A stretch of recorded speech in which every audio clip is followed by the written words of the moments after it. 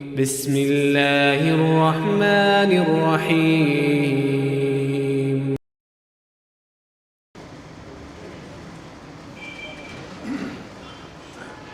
السلام علیکم ورحمۃ اللہ وبرکاتہ. وعلیکم السلام.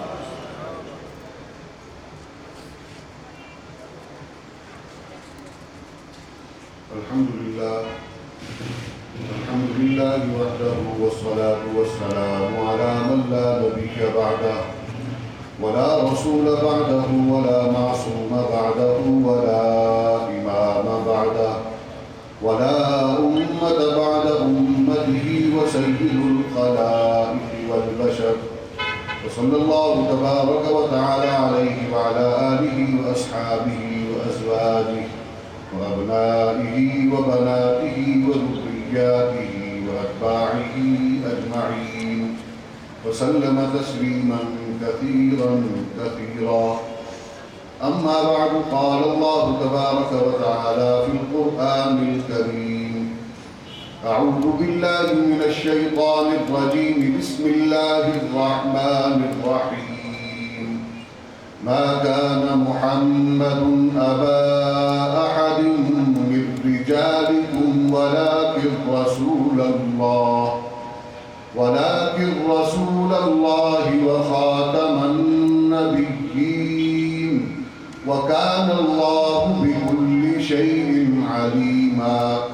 وقال النبي صلى الله عليه وسلم أنا خاتم النبيين لا نبي بعدي أو كما قال عليه الصلاة والسلام. صدق الله العلي العظيم وصدق رسوله النبي الكريم ونحن على ذلك لمن الشاهدين والشاكرين والحمد لله رب العالمين. تمام احباب عبادت اور ثواب کی نیت سے ایک مرتبہ نماز والا درود پاک اونچی آواز سے تلاوت فرمائیں. اللهم صل على محمد وعلى آل محمد كما صليت على إبراهيم وعلى آل إبراهيم إنك حميد مجيد. اللهم بارك على محمد وعلى آل محمد كما باركت على إبراهيم وعلى آل إبراهيم إنك حميد مجيد. یا رب صلی اللہ علی حبیبک خیر الخلق. میں بہت شکر گزار ہوں برادرم عبید اللہ انور صاحب کا کہ انہوں نے مجھے آپ سے ہم کلام ہونے کا یہ موقع دیا. بہت دور سے آیا میں، یہ بات تو حقیقت ہے، لیکن فرما رہے تھے کہ زحمت کی تو زحمت تو نہیں ہے، یہ تو میرے لیے باعث سعادت ہے کہ ختم نبوت کے عنوان پر آپ حضرات سے کچھ کہنے کے لیے سفر کر کے آیا. اور مجھے یہ امید اور یقین ہے کہ رب ذوالجلال نے اتنا طویل سفر کروایا ہے، اجر بھی اتنا ہی بڑا عطا فرمائے گا انشاءاللہ. انشاءاللہ عنوان ہی ایسا ہے، ختم نبوت کا عنوان کوئی چھوٹا عنوان تو نہیں ہے، یہ تو سارے دین کی اساس اور بنیاد ہے. تو آپ حضرات اردو تو جانتے ہیں، کیونکہ مجھے آپ کی زبان پوری طرح نہیں آتی، تھوڑی بہت کچھ ٹوٹی پھوٹی سمجھ لیتا ہوں کیونکہ مدرسوں میں پڑھا ہوں، اور مدرسے کے اندر اور کچھ ہو نہ ہو پٹھان ضرور ہوتے ہیں ہمارے پنجاب میں بھی، تو ٹوٹی پھوٹی سمجھ لیتا ہوں لیکن بولنی نہیں آتی. وہ کسی نے کہا نا زبان یار من ترکی و من ترکی نمی دانو، تو مجھے تو نہیں آتی، آپ حضرات کو اردو آتی ہے، ہماری قومی زبان ہے. تو اللہ تعالیٰ سے امید ہے کہ مختصر سے وقت میں وہ دین کی بات صحیح صحیح بیان کرنے کی توفیق عطا فرما دے. عزیزان گرامی، ختم نبوت کا عنوان ہے اور یہ عنوان سارے دین کی بنیاد ہے. نبی کریم علیہ السلام کو اللہ تبارک و تعالیٰ نے جب مبعوث فرمایا تو یہ طے کر کے فرمایا کہ اب آپ کے بعد کوئی نبی نہیں آنا، اور آپ کو اللہ تبارک و تعالیٰ نے جو دین عطا فرمایا وہ دین قیامت تک کے لیے ہے. اور اس دین کی حفاظت پچھلے ادیان کی طرح اللہ رب العزت نے انسانوں کے سپرد نہیں کی، بلکہ جب قرآن نازل فرمایا تو اعلان فرما دیا اِنَّا نَحْنُ نَزَّلْنَا الذِّكْرَ وَإِنَّا لَهُ لَحَافِظُونَ، کہ ہم ہی نے اس کو نازل فرمایا ہے. آسمان دنیا پر لوح محفوظ سے اللہ نے قرآن کو نازل فرمایا، پھر لوح محفوظ سے سینہ محمد تک اللہ نے نازل فرمایا، پھر سینہ محمد سے صحابہ کے قلوب و اذہان تک اللہ نے منتقل کروایا. تو ایک حرف میں بھی تبدیلی نہیں آئی. اسی طرح قیامت تک قرآن باقی رہے گا. تو اسی طرح رہے گا، اس میں حرف کی بھی تبدیلی نہیں آئے گی۔ یہ کیوں؟ اس لیے کہ اس کا محافظ اللہ خود ہے، اور چیز جتنی اہم ہوتی ہے اس کی حفاظت بھی اتنی زیادہ کی جاتی ہے۔ تو قرآن کی حفاظت اس لیے ضروری تھی کہ آخری کتاب ہے۔ آخری کتاب سے مراد یہ ہدایتوں کا مجموعہ ہے۔ پچھلی ہدایتیں تورات، زبور، انجیل اپنے اپنے ادوار میں نازل ہوئیں، لیکن تورات کے ماننے والے، زبور کے ماننے والے، انجیل کے ماننے والے آج الٹے ہو جائیں یہ دعویٰ کر کے پیش نہیں کر سکتے کہ اس حالت میں یہ کتاب نازل ہوئی تھی، آج ویسی کی ویسی ان کے پاس موجود ہے۔ ایک واحد مسلمان ہے جو قرآن پورے یقین کے ساتھ پیش کر سکتا ہے کہ جیسا اللہ نے نازل فرمایا محمد پر ویسا ہی میرے پاس ہے، ویسا ہی میں پیش کر رہا ہوں۔ صرف قرآن، کیوں کہ آخری ہدایت نامہ ہے اور حفاظت خود اللہ فرما رہے ہیں۔ اگر یہ کتاب بھی انسانوں کے سپرد ہو جاتی تو گویا اس میں بھی تبدیلی کے امکانات تھے، اور اللہ تبارک و تعالیٰ نہیں چاہتے تھے کہ میری بنائی ہوئی یہ مسلمان انسان جو مخلوق ہے یہ گمراہ ہو۔ لقد خلقنا الانسان فی احسن تقویم کہہ کے اللہ نے بتایا کہ میری تخلیق کا شاہکار انسان ہے، اور انسان کی ہدایت کے لیے قرآن ہے۔ قرآن پر عمل کرے گا تو کامیاب ہوگا، اور قرآن کی حفاظت اس لیے ضروری ہے کہ قرآن اگر بگڑ گیا تو انسان بگڑ جائے گا۔ تو پتہ چلا کہ قرآن آخری کتاب، قرآن آخری ہدایت نامہ، قرآن کی حفاظت ضروری ہے، لازمی ہے، اور زیادہ بہتر انداز میں ضروری ہے۔ پچھلی امتوں کے سپرد تورات، زبور، انجیل کی تبدیل ہو گئی، مسلمانوں کے سپرد اس کی حفاظت نہیں ہے۔ البتہ اللہ تبارک و تعالیٰ مسلمانوں میں سے اس کی حفاظت کے اسباب پیدا فرماتے ہیں۔ قاری محمد طیب صاحب رحمۃ اللہ علیہ دارالعلوم دیوبند کے محتمم تھے، مولانا قاسم نانوتوی رحمۃ اللہ علیہ کے پوتے تھے۔ فرماتے ہیں کہ میں سوچا کرتا تھا یہ معصوم بچہ 6 برس کا، 7 برس کا، 8 برس کا، اس پر تو ابھی نماز بھی فرض نہیں ہوئی، ہمارے اساتذہ مار کے اسے قرآن یاد کرواتے ہیں، تو یہ ایسا کیوں کیا جاتا ہے؟ تو کہتے ہیں کہ اللہ نے میرے دل میں یہ بات ڈالی کہ ایک انسان جو شعور رکھتا ہے، عقل رکھتا ہے، وہ اگر اپنی مرضی سے قرآن کو یاد کرتا ہے، وہ تو جانتا ہے کہ قرآن عالی کتاب ہے، بلند کتاب ہے، اس کے فضائل ہیں، اس کے مناقب ہیں، اس کے فوائد ہیں، وہ سب کچھ جان بوجھ کر قرآن کو یاد کرتا ہے۔ یہ معصوم بچہ جو قرآن کے متعلق کچھ بھی نہیں جانتا، یہ جب قرآن یاد کرتا ہے تو اللہ کہتا ہے اس کے سینے کو میں نے منتخب کیا ہے قرآن کی حفاظت کے لیے، یہ قرآن کی حفاظت کا سبب ہے۔ یہ اسباب ہے۔ یہ چھوٹے چھوٹے بچے، معصوم بچے مدارس میں آپ جاتے ہیں، دیکھتے ہیں، وہ پچھلے دنوں بعد میں سے بات آ گئی، وہ ہمارے یہاں پر تعلیمی نصاب کے حوالے سے بات ہو رہی تھی نا، تو ایک بےہودہ قسم کا آدمی ہے، نام اس کا حود بھائی ہے، ٹی وی پر آ کر بیٹھتا ہے بےہودہ آدمی، نام اس کا حود بھائی ہے، تو وہ کہتا ہے جی کہ بچوں کو جو رٹو طوطا بنایا جاتا ہے، قرآن یاد کروایا جاتا ہے، حدیثیں یاد کروائی جاتی ہیں، رٹائی جاتی ہیں، تو اس سے ان کے ذہن جو ہیں وہ دب جاتے ہیں، ان کی صلاحیتیں کمزور پڑ جاتی ہیں۔ مجھے بتاؤ آج تک کسی حافظ قرآن کو تم نے کسی کمی میں دیکھا ہے؟ دنیا میں بڑے سے بڑے مسائل آئے، بڑی سے بڑی مشکلات آئیں، جی آپ نے خودکشی کرتے ہوئے کبھی کسی حافظ کو نہیں دیکھا ہوگا، خودکشی کرتے ہوئے کبھی کسی عالم کو نہیں دیکھا ہوگا۔ ایک تو وہ قرآن سے وابستہ ہے، اللہ تعالیٰ نے قرآن کی برکت سے اس کے دل کو حرام سے دور کر دیا۔ دوسری بات یہ کہ اس کو مالی اور معاشی پریشانیاں اللہ تبارک و تعالیٰ نے اس کو مبتلا ہی نہیں کیا، اس کا رزق اللہ اس کے گھر پہنچا دیتا۔ یہ بڑے بڑے کاروباری لوگ آپ دیکھتے ہیں، خبریں آتی ہیں جی کہ پریشانی معاشی طور پر آئی، کسی نے خودکشی کر لی، کوئی پاگل ہو گیا، نیند اڑ گئی، ڈاکٹروں کے پاس چکر لگا رہے ہیں، ڈاکٹر صاحب دوائی دیں، کیا دی نیند نہیں آ رہی، نیند کے لیے دوائیاں کھاتے چل رہے ہیں۔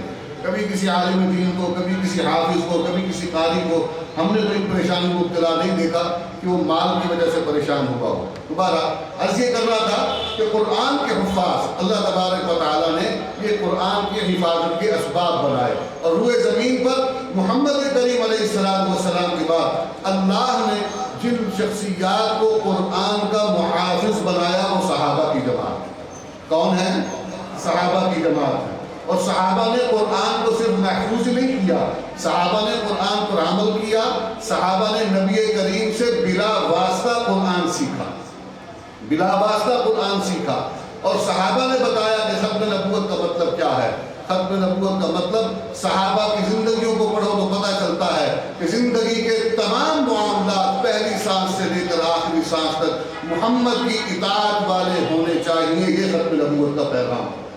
اس لیے کہ اللہ نے قرآن میں فرما دیا لَقَدْ كَانَ لَكُمْ فِي رَسُولِ اللَّهِ أُسْوَةٌ حَسَنَةٌ کہ تمہارے لیے انسانوں کے لیے بہترین طریقہ زندگی گزارنے کا وہ محمد کریم کا طریقہ ہے۔ اور محمد کریم کا طریقہ اللہ نے جو محفوظ کروایا ہے وہ صرف آپ کی کوئی معاشرتی زندگی، سیاسی زندگی، جہادی زندگی یہ نہیں ہے، بلکہ اللہ رب العزت نے جو محفوظ کروایا ہے صبح آپ گھر سے نکلتے ہیں، نکلنے سے پہلے کا معمول، بستر پر جب آپ بیدار ہوتے ہیں، آپ آنکھ کھولتے ہیں، زبان پر الفاظ کیا ہیں، آپ کس کروٹ پر بیٹھتے ہیں، جوتی مبارک کیسے پہنتے ہیں، بیت الخلاء کیسے جاتے ہیں، وہاں سے واپس آتے ہوئے دعا کیا پڑھتے ہیں، یہ سب کچھ اللہ نے محفوظ کروایا تاکہ ایک مسلمان ان تمام اعمال پر عمل کرے، نبی کی اطاعت اور اتباع کرے۔ اور اطاعت اور اتباع کے لیے ضروری ہے کہ محبت ہونی چاہیے۔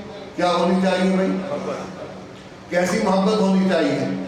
اللہ نے قرآن میں بتایا قُلْ إِن كَانَ آبَاؤُكُمْ وَأَبْنَاؤُكُمْ وَإِخْوَانُكُمْ وَأَزْوَاجُكُمْ وَعَشِيرَتُكُمْ وَأَمْوَالٌ اقْتَرَفْتُمُوهَا وَتِجَارَةٌ تَخْشَوْنَ كَسَادَهَا وَمَسَاكِنُ تَرْضَوْنَهَا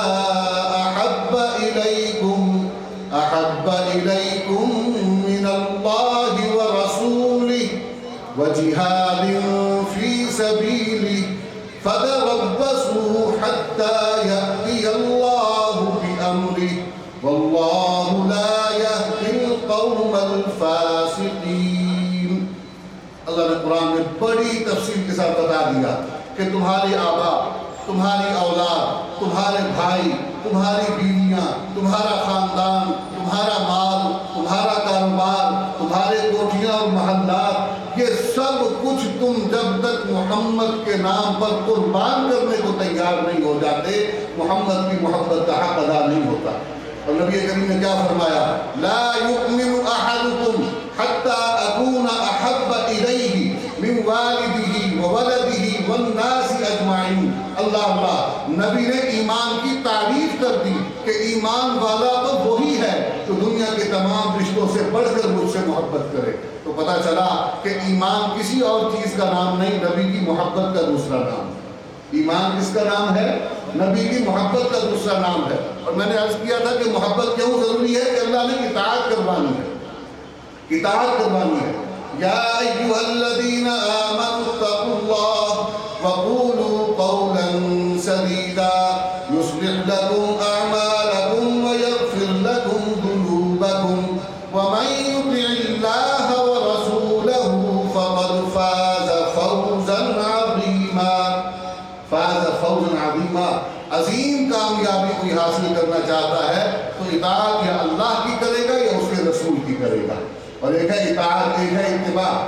قل ان کنتم تحبون اللہ، قل ان کنتم تحبون اللہ فاتبعونی۔ اللہ کہتے ہیں کہ میرے حبیب ان سے کہہ دیجئے اگر تمہیں اللہ سے محبت ہے تو میری اتباع کرو۔ اطاعت کے لیے حکم کا ہونا ضروری ہے۔ یہاں شاید مدارس سے کچھ طلباء بھی بیٹھے ہوں، اساتذہ تو ہوں گے یقیناً، کہ اطاعت کے لیے حکم کا ہونا ضروری ہے کہ حکم ہو تو اس کی تابع فرمانی ہونی چاہیے۔ کہا کہ مجھے پانی پلاؤ، یہ حکم ہے، پانی پلا دیا، یہ اطاعت ہے۔ اتباع سے مراد یہ ہے کہ استاد بڑا جس سے محبت کی جا رہی ہے وہ نبی ہے تو وہ آگے جا رہا ہے، پیچھے چلنے والا اس کے پاؤں کے نشانوں پر پاؤں رکھتا ہوا جائے، دائیں بائیں نہ ہو، یہ اتباع ہے، یہ اتباع ہے۔ تو گویا چھوٹی سے چھوٹی چیز ہو یا بڑی سے بڑی چیز، نبی کے عمل کے مطابق کرنا یہ اللہ کا مطلوب تھا۔ اللہ تبارک و تعالیٰ نے اس کے لیے نبی کی محبت کو لازم کر دیا۔ جب محبت لازم ہو گئی تو پھر عمل بھی آسانی ہو گئی۔ اس کو جتنی محبت ہوگی، نعرے والی نہیں، حقیقی۔ یہاں پر نعرے لگاتے ہیں غلامی رسول میں موت بھی قبول ہے۔ ابھی میں آ رہا تھا تو یہاں سے ایک بارات گزر رہی تھی، شاید آپ حضرات نے بھی دیکھا ہوگا، تو میں تو سوچ کے آیا تھا کہ چکدرہ جو ہے یہاں پر دین پسند لوگ زیادہ ہیں تو شاید یہاں پر یہ خرافات نہیں ہوگی، لیکن مجھے اندازہ ہوا کہ جب ہوا چلتی ہے تو سب کو لگتی ہے۔ تو ہمارے ملک میں تو ویسے بھی آج کل تبدیلی کی ہوا چل رہی ہے، بے حیائی والی، اوریانی والی، فحاشی والی۔ نام ریاست مدینہ کا لیتے ہیں، کام سارے جو ہے وہ امریکہ کے غلاموں والے کرتے ہیں جی۔ تو یہ ہوا چل رہی ہے تو ہر جگہ بھی انسان کو لگتی ہے۔ تو ویسے بھی تو آج کل تو میڈیا کا دور ہے، یہ میں دیکھ رہا ہوں یہاں پر تو یوٹیوب چینل والے بیٹھے ہوئے ہیں جی۔ تو یوٹیوب چینل تو یہاں چکدرہ میں بھی چلتا ہے، تو لوگ یوٹیوب دیکھتے ہیں۔ ٹی وی پہلے کسی دور میں نہیں ہوتا ہوگا، اب تو ہر دوسرے آدمی کے پاس موبائل ہے، تو کوئی انسان جو ہے کوئی اس ہوا سے بچ نہیں سکا۔ تو نعرہ لگانا اور بات ہے، عمل سے ثابت کرنا اور چیز ہے۔ عمل سے ثابت کیا طالبان نے، عمل سے ثابت کیا ہے نا انہوں نے، نبی کی اطاعت، نبی کی اتباع، انہوں نے صبر، استقامت، اللہ کے حکم پر اس درجے پر کمال پر جا کر انہوں نے اس پر عمل کیا ہے کہ رب ذوالجلال نے اپنی انہی پیشین گوئیوں کو جو صحابہ کے بارے میں تھی ان پر بھی سچ ثابت کر دکھایا ہے جی۔ اللہ نے کہا ہے نا کہ صبر کرو، صبر کرو، تم ایمان والے ہونے چاہیے۔ یہ تو ایام کا ہیر پھیر ہے، ہم لوگ گھبرا جاتے ہیں، ہمارا حال ان منافقوں والا ہے تو نبی کریم علیہ السلام کے ساتھ بدر کے بعد تو ہو گئے کہ یہ تو تھوڑے بھی ہوں تو جیت جاتے ہیں، اور جب احد میں ہار گئے تو پھر پیچھے بھاگ گئے۔ ہم ان لوگوں جیسے ہیں کہ جیتنے والوں کے ساتھ ہیں اور ہارنے والوں سے پیچھے ہو جاتے ہیں، جبکہ اللہ نے کیا فرمایا اللہ تبارک و تعالیٰ نے کہ دلوں کا ہیر پھیر جو ہے یہ تو ہماری طرف سے آزمائش ہے، تفصیل میں جانے کا وقت نہیں۔ بہرحال تو یہ اللہ کی طرف سے آزمائشیں ہوتی ہیں، ان آزمائشوں پر جو آدمی ایمان پر کھڑا اترتا ہے نا، اللہ نے فرما دیا وَأَنْتُمُ الْأَعْلَوْنَ إِن كُنتُم مُؤْمِنِينَ، جو ایمان والا ہوگا وہی جو ہے سر بلند ہوگا، اللہ اس کو سر نیکو نہیں ہونے دے گا۔ لوگ سمجھتے ہیں کہ شاید مال و دولت زیادہ ہو تو انسان کامیاب ہوتا ہے، مال و دولت تو فرعون کے پاس بہت تھا، قارون کے پاس بہت تھا،